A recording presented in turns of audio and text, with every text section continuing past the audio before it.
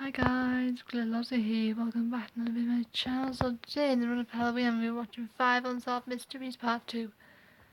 So hope you guys like it.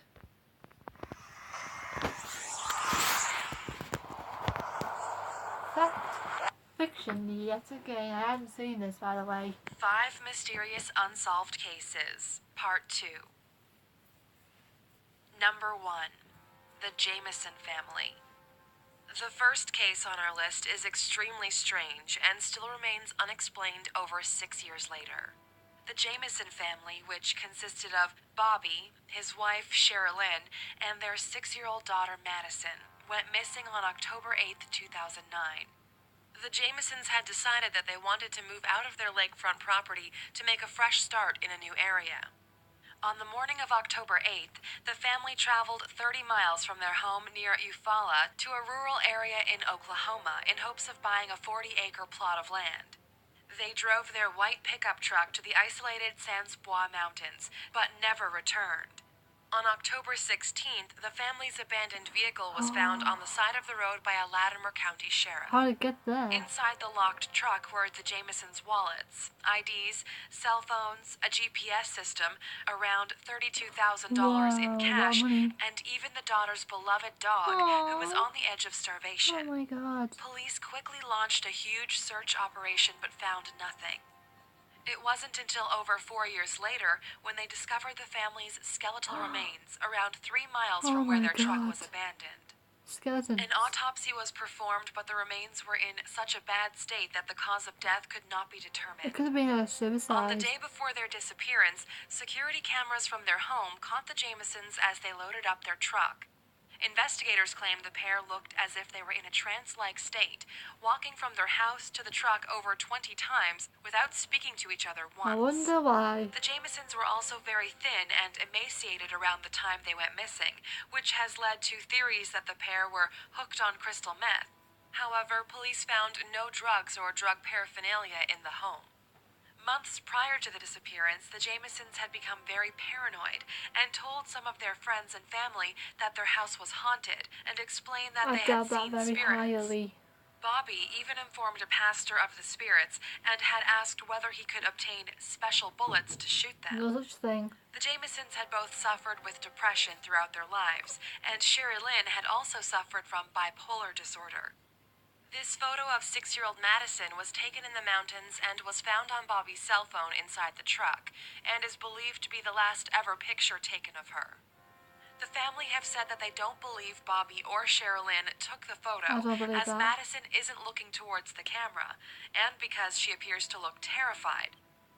There are many theories surrounding this case, from the family getting lost, abduction, a cult sacrifice, a cartel killing, to a murder-suicide. However, over 6 years later, nobody is any closer to knowing what really happened on that day. Probably no one will Number know. 2. Amber Tuckerow. I will ever know. 20-year-old Amber Tuckerow went missing on August 18, 2010. The previous day, Amber, her 14-month-old son, and her female friend flew to Edmonton International Airport from her hometown of Fort McMurray, Alberta. Once the three arrived, they booked themselves into a motel in Nisku, close to the airport, where they could spend the night. The next evening, Amber left the motel to catch a ride into the city of Edmonton. She decided to hitch a ride with an unknown male, which turned out to be the worst mistake of her life. The next day, after not hearing from her, Amber's friend informed her mother, who reported her missing. On August 28, 2012, the Royal Canadian Mounted Police released a 61-second cell phone recording to the public, which captured the conversation Amber had with the unknown man she got a ride with. Police didn't explain how they obtained the recording, but hoped someone could identify the man's voice. Here is the call. Where are we by? We're just heading south of Beaumont, or north of Beaumont. We're heading north of Beaumont. Yo, where are we going? No, this is a... Are you fucking kidding me? You better not be taking me anywhere I don't want to go. I want to go into the city. Jeez. Yo, we're not going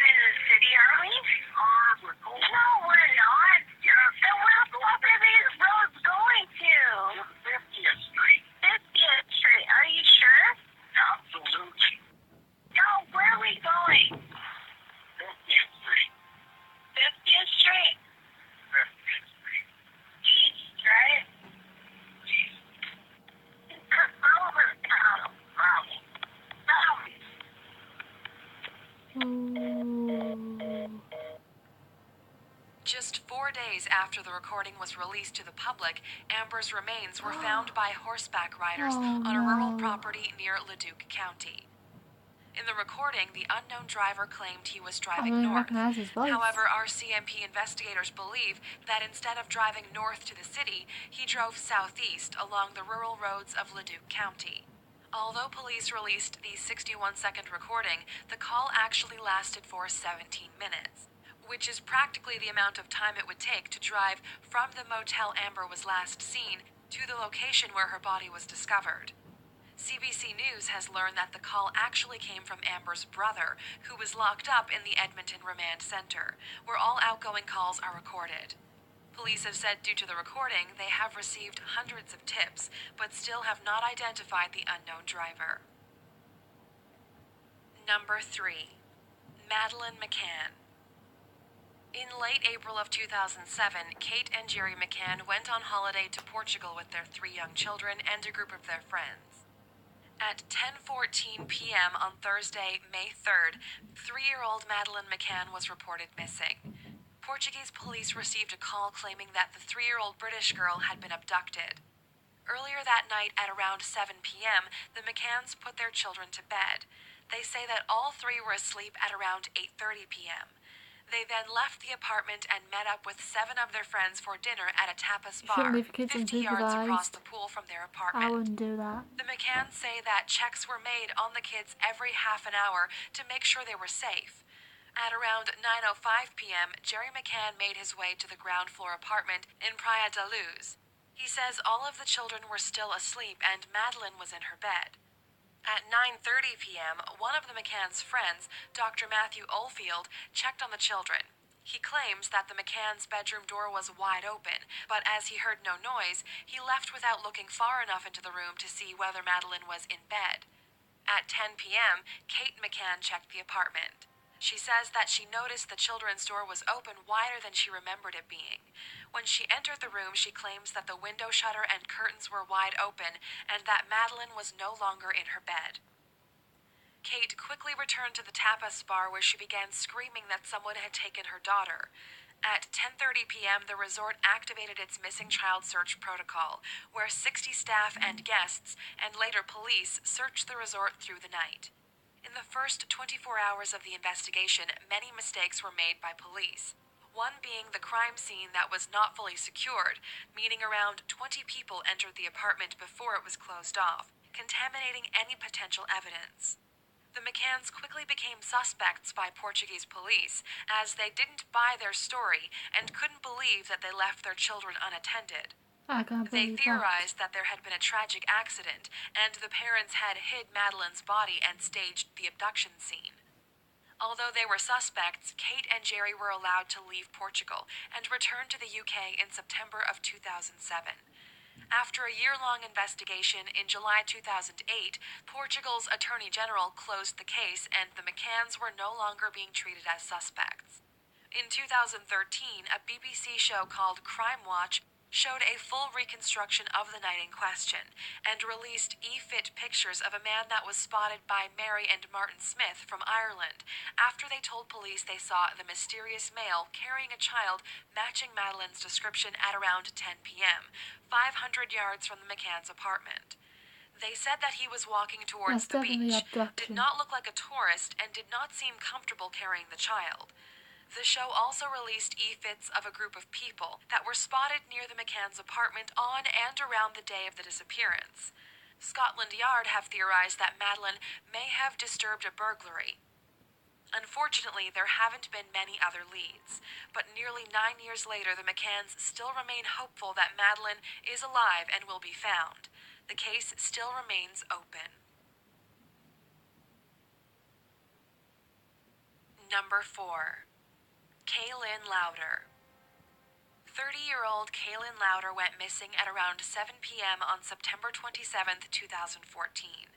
The circumstances in which she disappeared are very bizarre. In the morning, Lauder had called 911 claiming that someone had broken into her condo in Murray, Utah, and believed the intruder was still in the house. She went on to say that she didn't see anyone, but she heard them talking. During the call, Lauder yelled several times for the intruder to leave. Police investigated the report but found no evidence to suggest a break-in had occurred. Later that same day, Louder was caught on surveillance camera walking barefoot in the rain outside her condo with her dog. Police believe she appears to be having an animated conversation.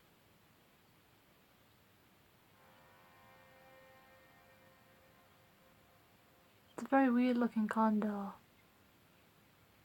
considering it is a house at the end of the day.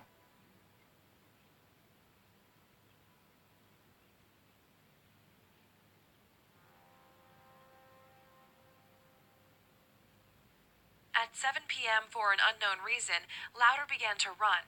She left her dog, phone, money, keys, and car behind. Wow. This is the last time she was seen alive. Louder's mother had said in a statement that she spoke to her daughter that day and she seemed fine.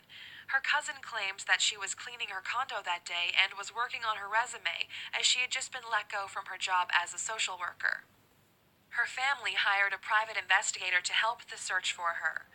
2 months after her disappearance, on November 30th, Louder's body was discovered in the Jordan River in Oh Utah, my God, she 5 could have miles from her fallen in. home.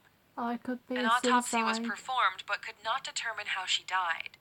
A toxicology report confirmed that there was nothing fatal or illegal in her Could have system. just fell and Louder's drowned. family say they suspect foul play and do not believe the death was an accident as she had no history of mental illness.